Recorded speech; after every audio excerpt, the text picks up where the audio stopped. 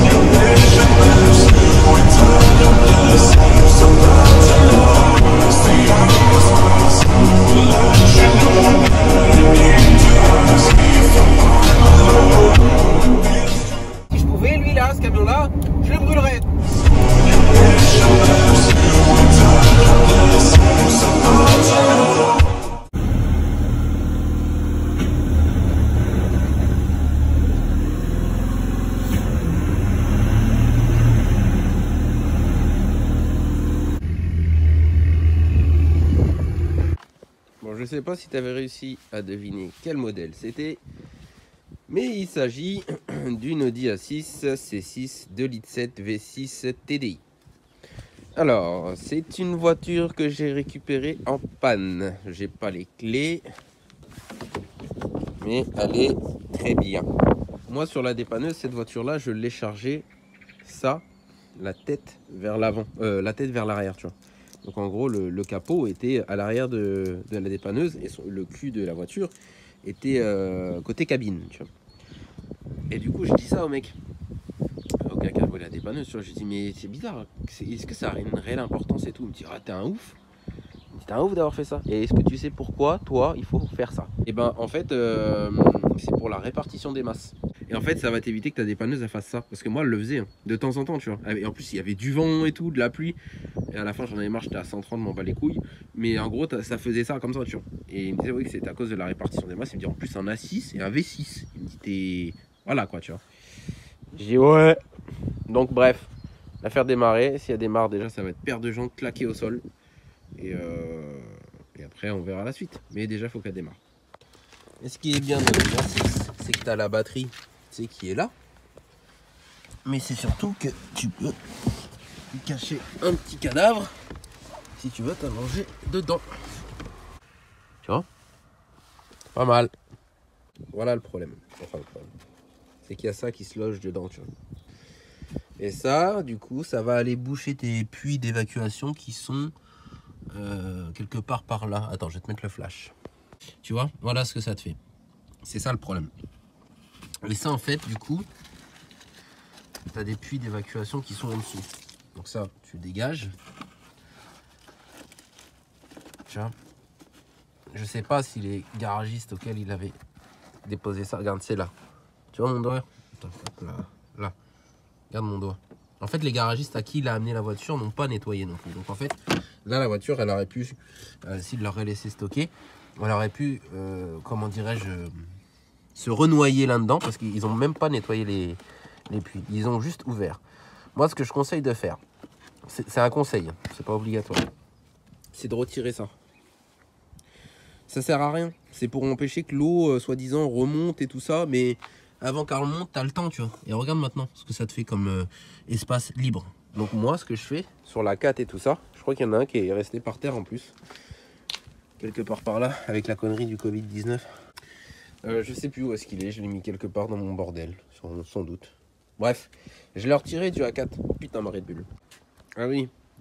Donc maintenant, tu sauras pourquoi Litso arrive à avoir ce genre de modèle.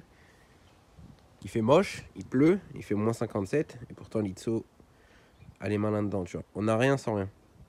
Parce que tu vois, mes voisins ne sont pas là à dire mais comment il fait pour avoir de l'argent et tout ça, machin. Bah, je vends mon zizi et celui-là, Fox aussi. Bon, du coup, on a démonté le calculateur. Le calculateur n'a l'air d'avoir aucun dommage. On va regarder un truc en faisant la gestion. Les joints sont hyper importants sur les prises. Toutes ces prises-là n'ont rien. Par contre, les dégâts vont être ici. Tu vois. Ça, les connectiques comme ça, il va falloir tout nettoyer. Enlever le verre de gris dans un premier temps. Si ça ne marche pas, racheter en gros les boîtiers comme ça qui sont problématiques. Et voir si en gros... Déjà, regarde les feuilles. Tu vois. Et ça, en fait, ça tombe dans l'aile. Si ça c'est bouché, mon gars, ça s'évacue pas. Et l'eau ne s'évacue pas non plus, tu vois. On va faire un truc sur la gestion. Je vais t'expliquer après pour voir si le calculateur y est. Bon, bah, du coup, premier relais éclaté. Le relais est mort. Tu sais, ça se trouve, c'est juste les relais. Hein. Les prises, elles sont encore bonnes. Mais là, les deux relais sont morts. Bon, je pense que tu as un peu la vision d'horreur que j'ai. Ça fait peur. Bordel que ça fait peur. Mais c'est peut-être sauvable. Bon, déjà, tu sauras que le calculateur, il est pas mort. Et ça, c'est beau. Et là, on est en train déjà d'extraire la carte alors que le moteur, il tourne même pas, bordel. Mais bordel, mais qu'est-ce qu'il y a comme insecte? C'est un gangbang inter-insecte. Il y a des papillons avec, je sais pas si des guêpes, des abeilles, des... Oh, gangbang.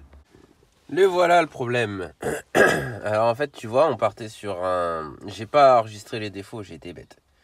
On partait sur le fait qu'elle a été inondée, tu sais, au niveau des relais. Ça n'a pas dû être favorable parce que ça mettait sous tension. Mais bref, le problème, c'est ça. Et plus particulièrement ça. Parce que sur les Audi A6, A7, Q7 et tout ça, il y a un anti-démarrage sur la colonne de direction. Donc ça te durcit la colonne et tu peux pas la démarrer. Déjà, ça te bloque la colonne. Et en gros, ça empêche le démarrage de la voiture. Et c'est bien ce truc-là. Et en fait, regarde. Tu vois, ça te dit que dedans, en fait, il y a trois... dans les kits de réparation, il y a trois espèces de relais. Alors, je sais pas si je vais l'ouvrir, mais je pense que oui. Et là, ça te dit qu'il y en a un en fait qui est actionné alors que le contact est mis. Il devrait être inactionné. Et c'est lui qui merde. Vu qu'il pour lui, il a actionné, donc c'est lui qui fout sa merde, tu vois. C'est lui qui dit, bah voilà, en fait, moi je te bloque. Et en fait, quand tu es dans VCDS, c'est pour ça que je vous dis qu'il est super important d'avoir VCDS. Tu as toutes les caractéristiques du système. On voit bien en fait qu'il reçoit de la tension, le système. Bon là, après, la batterie que j'ai mis au cul, elle est pas assez violente. Et je vais d'ailleurs essayer avec une batterie beaucoup plus violente. Donc je t'explique le système. Le système, il est que là, tu as une tige. Tu vois. Cette tige-là, lorsque le limo est off, elle va dans le fond comme ça. Tu vois. Elle le pousse comme ça. Clac. Enfin, limo off. Une fois que l'anti-démarrage est activé, tu vois, ça le pousse comme ça. Et en gros, là, ta colonne, elle est bloquée. Tu vois, je peux pas faire. Ah si, peut-être comme ça. Voilà. Tu vois, ta colonne, t'entends, elle est bloquée. En revanche, alors j'ai qu'une main, hein, c'est pas facile. En revanche, oh putain, parce que la caméra c'était pas activée, donc ça va me bien énerver. Tu vois, ta tige elle est là-bas, hop, c'est fermé. Le système fonctionne, le petit moteur fonctionne, clac, clac, hop, tac, boum, hop, ça se met comme ça, on entend clac, et du coup elle est libre. Tu vois. Et donc, Ça, c'est un système de base anti-vol de chez Audi, mais c'est pourri. Faut partir du principe, les gars, que si on veut votre bagnole, enfin on veut, je parle pas de moi, hein, si malheureusement quelqu'un veut voler vraiment cette voiture-là, hein, vraiment c'est celle-là qu'il veut, et que le gars c'est un pro, bien que ça m'énerve et que j'ai envie de les insulter, ces mecs-là, tu vois, ils y arriveront. Et c'est pas ça qui va les empêcher, tu vois. Le seul truc, tu sais ce qu'ils vont faire avec tout ça? Ils disent, on n'a pas le temps, on soulève la tuop avec un plateau et on part. Voilà, c'est tout. Bref, un petit récapitulatif. On partait sur le fait que là-bas, ça avait été inondé, tu vois. Et en fait, je sais pas si c'est réellement une cause, mais malgré que c'était inondé, bah, je pense que le jus devait passer quand même. Me demande pas pourquoi. Bref. Et je pense que c'est une simple coïncidence. Parce qu'en fait, si tu veux, après vérification avec multimètre, machin, etc., le jus arrivait bien jusqu'ici. Pourquoi la colonne de direction est défaite? La colonne de direction est défaite à cause de lui. Parce que quand ça se met à déconner, ce qui est le cas, tu n'as plus aucun voyant dans la voiture, tu n'as plus aucun jus qui arrive au calculateur et ça te met délester la direction assistée. Voilà. Le problème est, tu as vu tout à l'heure avec VCDS, je ne sais pas comment j'aurais organisé ça dans la vidéo. Avec VCDS, malgré qu'il n'y ait pas le contact, tu peux accéder à ce calculateur-là. Je t'ai montré comment ça fonctionnait ce truc-là. Je ne sais plus si j'ai pris des photos ou quoi de comment c'était positionné avant. Je ne te montre pas comment il faut ouvrir ça. Pourquoi? Parce que c'est un système anti-vol, tu vois. Et moi, je ne te montre pas comment on fait sauter. C'est possible, tu vois, la preuve. C'est possible, mais moi, je ne te le montre pas, d'accord?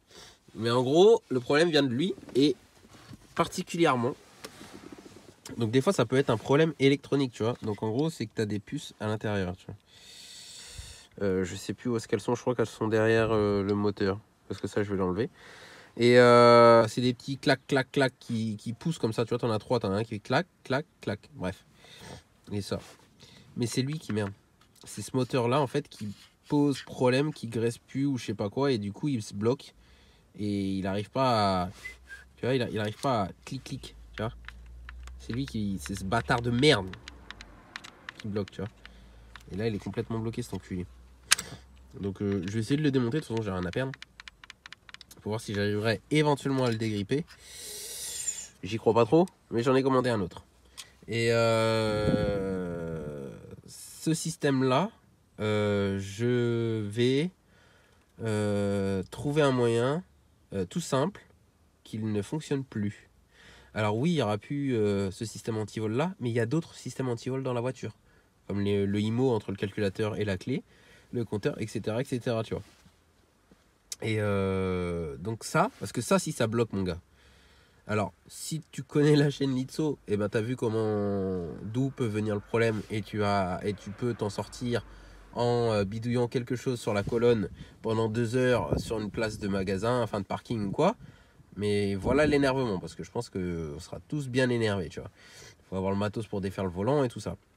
Mais moi, ça, je vais pas le remettre. Très clairement pas. Je vais voir pour que dès qu'il fonctionne, parce qu'il laisse pas passer le jus du coup, tu vois. Le problème, c'est que si cet enculé il fonctionne pas, il ne laisse pas passer le jus. Alors tu vas me dire, bah oui, mais tonton, fais un pont ici. Non, je préfère pas, parce que je sais pas s'il y a un condensateur ou quoi là-dedans. Je sais pas du tout, tu vois, je sais pas s'il y a pas un truc qui fait en gros que lui, il transforme le jus. Tu vas me dire que non, tu vois, mais je sais pas. Du coup, ça, tu vois, c'est la roue, l'engrenage qui est posé là-dessus. Et tu as cette partie-là, donc qui est ici et qui coulisse comme ça, tu vois. C'est cette partie-là. Là, elle est retournée parce que j'ai les vis dans ma main. Donc, je vais poser cette merde. Et je vais t'expliquer un truc et je vais te montrer un truc. Et tu vas me dire merci parce que je prends le temps de t'expliquer les choses. C'est clair? Quand tu mets le contact sur une assise ou autre, tu entends ce genre de bruit. Écoute bien. Pourquoi tu l'entends 3 fois? Parce que si je dis pas de bêtises, hein, je suis très peu sur le sujet. 1, 2, 3. Et en gros, quand tu entends cette partie-là, ça veut dire que, soi-disant, ta partie électronique est bonne. Et le problème viendrait de ce petit appareil-là. Je vais essayer de regresser un peu les choses et de leur brancher juste comme ça, tu vois, sans la colonne. voir si lui il venait à bouger ou pas. Je sais pas, on va tenter, ça se trouve, voilà, tu vois. Sinon après j'attendrai le boîtier complet.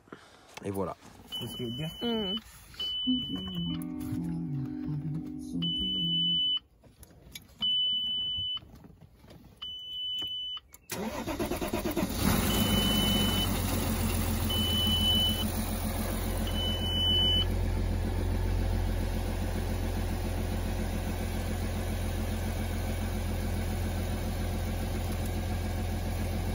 Un petit mot, Litso?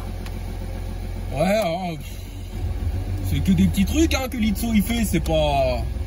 C'est pas de la vraie mécanique? Non, c'est pas grand chose. Putain, la première modif de la 6. De la 6. Et ça c'est bon. Vous savez, c'est pas moi qui fais. Non, ça fait la diff. Ah ouais. Prix cassé. Oh, c'est beau.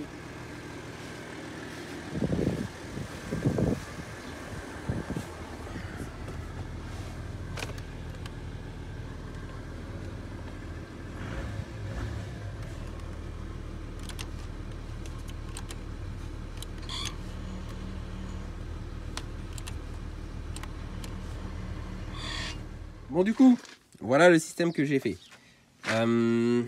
J'ai percé, tu vois, cette petite réglette là, parce qu'en fait, c'est elle qui bloque ta colonne. Position ouverte ou fermée. Je sais plus si je te l'ai dit. En tout cas, je te le dis maintenant. Et du coup, je l'ai percé. J'ai mis un boulon avec un écrou antidécérable là. Je vais même sans doute mettre, tellement que je suis à un niveau paro de ouf, de la loctite, mais bon, c'est trop tard. Et là, je vais enlever toute la colle à chaud que j'ai mis et je vais mettre des points de soudure en vite fait, tu vois.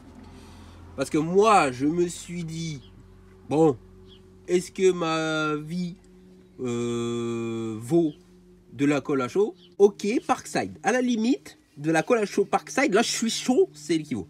Mais comme c'est la voiture de madame, tu vois, et que je veux pas... En fait, qu'est-ce que j'avais peur, c'est que ça se bloque à 200, tu vois. Parce qu'elle va pas rouler à 50, la bagnole, tu vois. Et j'ai pas dit que j'allais rouler à 200. Ah non, non, non, non, non, non, non, non, non. Bref, donc du coup, j'ai fait ça, point de soudure, clac, et c'est terminé, ça on n'en parle plus, histoire réglée, problème réglé. Bon, bah voilà. Contrôle technique, ok de madame. Contrôle technique, pas un contrôle technique, t'as vu au calme. Un contrôle technique dans les règles de l'art. Et tu sais ce qu'elle a? Elle a juste les trucs de suspension au-dessus, là, la maladie des Audi A4 et des Audi A6 qui sont HS. Et du coup, je vais refaire ça. Automatiquement, je vais la rabaisser direct. Tu vois. Par contre, un Audi A6 comparé à une Audi A4, en termes de confort, c'est encore un autre level. C'est un peu mou, malgré le 2,7 litres V6 180 là. Mais tu connais, on va augmenter ça. Mou et tout ça, mais on va augmenter. Mais ça, le confort,